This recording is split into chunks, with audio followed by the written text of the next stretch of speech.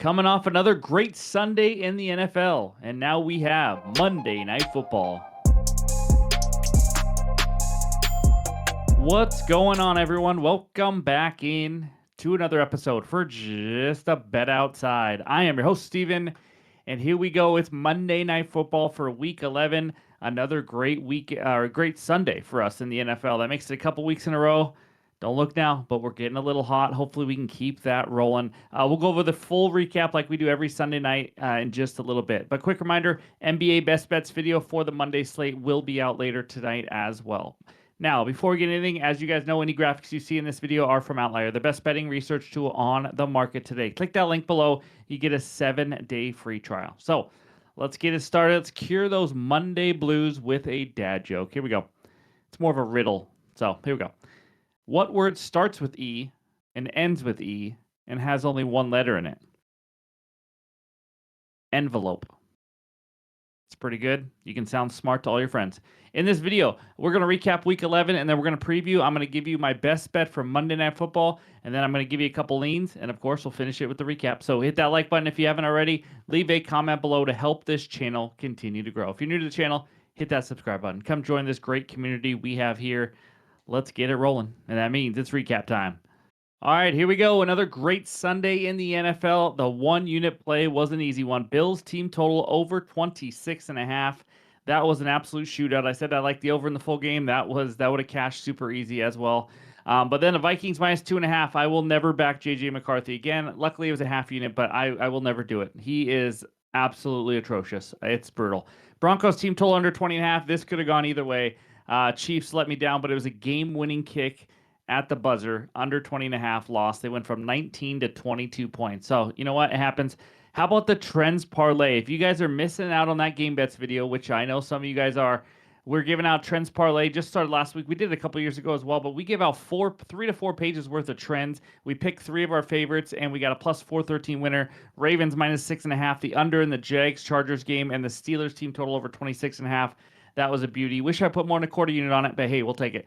Player props. How about a 4-in-1 day? Christian Watson over 37.5 receiving yards. What a catch in double coverage for a touchdown to cash that one. Higbee was our only loss. Let's face it, if you watch that Rams-Seahawks game, Rams offense didn't do much at all. They had a lot of low time of possession as well. I think they're at one point, maybe it ended that way. Only one person had more than one catch on the Rams, and of course, it was Puka Nacua. But the Seahawks, suffocated their offense today, even though they lost because of 4 Darnold picks. But Jaden Higgins, maybe the best read of the weekend. Wish I did more than a half unit, but either way, he cashed early. The rookie is being used there in Houston, so we'll see if we can get that low line again next week. But next one, Caleb Williams over 23.5. This one's a little sweaty. Ended with 26, which kind of gave me a little breathing room in case he did some kneel downs, which he did not need to do anyways, but ended with 26. And then Dylan Gabriel, longest completion under 27.5. He tried his best. I think he had a 26-yarder and a 21-yarder, and then got hurt and didn't play the second half. It was Shadur Sanders. So we won. We'll take it.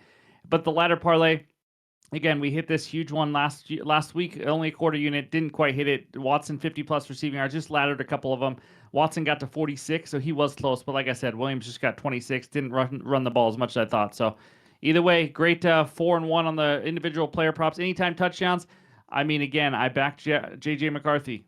Justin Jefferson had no chance at a touchdown. Addison was the only guy who caught a touchdown. And then Gadsden was another guy. I picked two of my 3 anytime touchdown bets were on 2 teams that did nothing. Nil. Poo-poo on offense. I mean, it was bad. The Chargers were horrendous in Jacksonville. But then I took Trey McBride. He cashes. He comes through in the clutch as Jacoby Brissett, I think, set a completions record in the NFL. Went 47 for 50-something. It was insane. They got blown out, though. But either way, that is the Sunday recap. Now, before we get to the next part, let's check out page 2 so we can look at all the breakdowns of everything. Sides, total, player props. As you see, I had to add trends parlay in there now, 1-0. And then anytime touchdowns been right about even. Player props carrying us right around 6.5 units. So there's the overall season record. Starting to get a little hot. Finally up 7.5 units on the season. So that's what we got for the recap. Now let's talk Monday Night Football. All right, before we get into it, as you guys know, we talk about KALSHI. They are the biggest prediction market in the world, but they got big news. Big announcement has been made. They are now partnered with Prize Picks. I know a lot of you guys love Prize Picks. PrizePicks has now launched prediction markets thanks to their multi-year partnership with them. If you don't really know what that means, KALSHI is a site that allows you to trade on a ton of different events around the world. We're talking sports, economics, movies, music, politics, weather, video games, etc., buy and sell contracts on topics really that interest you. I mean, it's awesome. Pretty cool partnership here. Just want to make sure I let you know. So, of course, if you want to join KALSHI on its own as well, that link is below in the description. You get a $20 bonus credit. All right, now back to the video. All right, Monday night takes us out to Viva Las Vegas, where I will be next week, actually. But the Raiders host the Dallas Cowboys. Cowboys minus 3.5 total, and this one is 49.5. What a game here, huh? Let's preview it real quick before I get into my best bet. Cowboys coming in off a bye last weekend. They had lost 3 of 4 games heading into the bye. Raiders coming in off a 3-game losing streak. Since the bye, they've lost 2 close games by 3 and 1 point. And the injury report's actually pretty good here for Monday Night Football. Cowboys safety Elijah Clark is questionable. Raiders, for the most part, no notable injuries. Trends in this matchup. Let's talk about it. Dak is 29-16-1 straight up and 26-19-1 against the spread in night games. Since 2020, the Cowboys 13-1 straight up as a favorite at night. How about that? Raiders on a 3-game losing streak and also have extra rest. Teams that have been on a 3 or more game winning streak on extended rest cover 56% of games since 2003. That's called 2003. That was a great stat. Since start of last season, Geno Smith, how about 1-5 straight up and 1-5 against the spread in primetime games? It's not been pretty. He's actually the 4th worst quarterback out of 138 since his first primetime start in 2013 on the money line. 4th least profitable quarterback. So that's what we got for trends, injury report, and all that. Let's get into the best bet, though. It's a guy that we actually cashed, I think it is last time, or maybe the time before that, in primetime. Give me Mr. George Pickens over 4.5 receptions at minus 130 on ESPN Bet. This was also at minus 132 on FanDuel when I put this out on the website. By the way, justabetoutside.com. Go check it out. That's why I put the bets first. But again, I know it's juicy, but I don't think this should be a playable line here. And I know we've been using some unders, and it's been really successful on primetime. But this one's just screaming at me. I don't know what else to do. We got to take it. So let's talk Pickens. He has kind of been like 1B to CD Lamb. I mean, he's not just like some clear number 2. He's been right up there with him, heavily involved in the offense. He's over this line in 6 of 9 games this season. And in the 6 games with CD, he's over this in 4 of 6, averaging around 5.5 catches per game in those games with CD. His targets are what make me love this bet. The last 5 games, 4 targets, kind of low. 11, 6, 9, and 9. I mean, averaging around 8 targets per game the last 5, and we just need 5 catches. Love the volume there. He's also caught 28 of those 39 balls, so it's been pretty efficient, especially for a guy who's, more down the field kind of guy. But now he has a great matchup versus the Raiders. Las Vegas ranked 30th out of 32 teams in receiving yards allowed to the wide receiver, 23rd in EPA per play for their pass defense. They don't get much pressure on quarterbacks. Obviously, Max Crosby's their main guy, but other than that, they don't have a ton. They haven't faced that good of pass offenses lately either, honestly. Denver, Jacksonville, Kansas City, obviously decent, and Tennessee Titans. And versus the Chiefs, they give up 10 total catches to Rice and Worthy. Versus the Jags, give up 8 receptions alone to Parker Washington. So, again, when you're facing Tennessee, you can't really get anything out of that. They don't have a pass offense. But this Cowboys offense obviously is much better. Game script, this is a bit of a worry, a little bit, maybe, who knows? I mean, honestly, that was a great description. Cowboys are 3.5-point favorites. So you always worry about a blowout.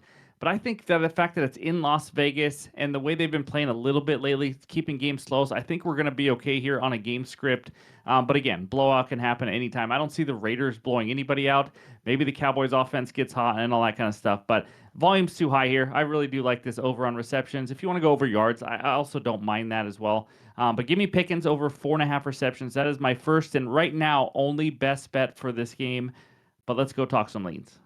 All right, let's talk these 2 leans. I have not placed these bets yet, but I kind of want to talk through them. First one is an under. Ashton Jeanty under 63.5 rush yards. So I know an under on a running back versus the Cowboys. I get it. Let's talk about it. Jeanty in this run game has just not been good. Honestly, they lost left tackle Colton Miller, and this O-line is just not opening up many holes for them. He's not making a ton of people miss either. So last 5 games, average yards per carry. 5 games ago, great, 4.8. Then 3.3, 3.5, 3.2, 3.2. That's just not going to cut it. It has been ugly. He's under this line now in 3 straight games. He's been all over on rush attempts last 5, 14, 23, 6, 13, 19. Game script will be a factor here, of course, but he's got the potential for a lot of attempts. Maybe that would be my only worry is if he gets 20 attempts, even with a not very efficient night at all, he could possibly go over this. And that's why it's kind of more of a lean here. But the matchup, Cowboys ranked 28th. Awful. I get it. But not only are they as healthy as ever all over defensively, if you guys don't remember, they just added D tackle Quinnen Williams, making his debut. You want to know about Quinnen Williams, a big D tackle? According to PFF, his 90.8 run defensive grade is the best in the NFL for interior defensive linemen. You can't tell me they're not going to get better defending the run here with the big guy in the middle. So, again, my only worry is if he gets 18 to 20 attempts, but I don't think he breaks a lot of big plays here. So I do like Genty under. Second one, Tyler Lockett, 4+ receptions. How about that? Never thought I'd say Tyler Lockett this year, but this is plus 140 on FanDuel. It's too juiced over 2.5.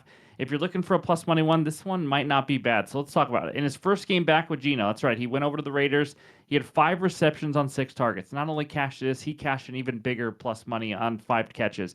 And in case you don't know, Tyler Lockett has played with Geno Smith in Seattle. They already have that built-in chemistry. They know exactly how each other play. Oh, by the way, the head coach is Pete Carroll. It's just a Seahawks reunion over there. So not much of a transition period. Not really worried about that. It's really a 3-man show here. Brock Bowers, Tyler Lockett, Trey Tucker. I know Michael Mayer is, part of it a little bit with a couple catches, but Lockett's not exactly a deep threat at this point of his career. Should be able to catch some quick, easy passes. If he gets targeted 6 times again, I mean, we're getting plus 140 for 4+ receptions. I do not mind that one at all. So that's what I got for my best bet and my leans for Monday Night Football. Before we get out of here, let's check out the recap. All right, there it is. My one and only best bet right now. George Pickens over 4.5 receptions, minus 130 on ESPN bet. Again, when we gave this out, there's also minus 132 on FanDuel. Going to be a half unit play. Primetime games are crazy. They're weird. Dallas and Vegas don't want to go crazy on this one, but that's my best bet. Leave your best bet below in the comments and any parlays or whatever you got for this game. But again, thank you guys for watching. Really appreciate the support. Hope you have a good Monday, and we'll talk to you soon.